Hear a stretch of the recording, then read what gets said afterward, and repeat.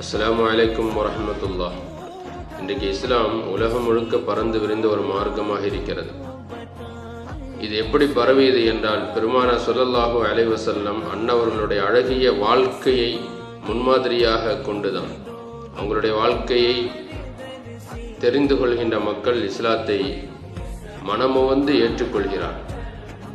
ஆனால் அந்த வாழ்க்கை என்பது மிகவும் வேதனைகளாலும் சோதனைகளாலும் சூழப்பட்டது.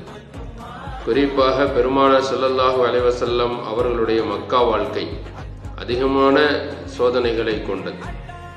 நடக்கின்ற பாதையிலே முட்களை பதித்து வைத்தார்கள், தலையிலே குப்பையை கொட்டினார்கள், உடலில் மேலையில் ஒட்டகத்தினுடைய கொழுப்பை போட்டார்கள். இப்படியாக பல துன்பங்களை சகித்து அந்த மக்களெல்லாம் எதிர்க்கின்ற வேளையிலும் அந்த மக்களுக்கு நல்லதையே கற்றுக் கொடுத்த நாயகம் ஸல்லல்லாஹு அலைஹி வஸல்லம் அன்னவர்கள் இந்த உலகம் கண்ட மாமனிதராக இருக்கிறார். அல்லாஹு ஜல்ல ஷானஹு தஆலா அந்த நாயகத்தை நேசிக்கக்கூடிய தௌஃபீக்கினை நம் அனைவர்களுக்கும் வழங்கி அருள் புரிவானாக.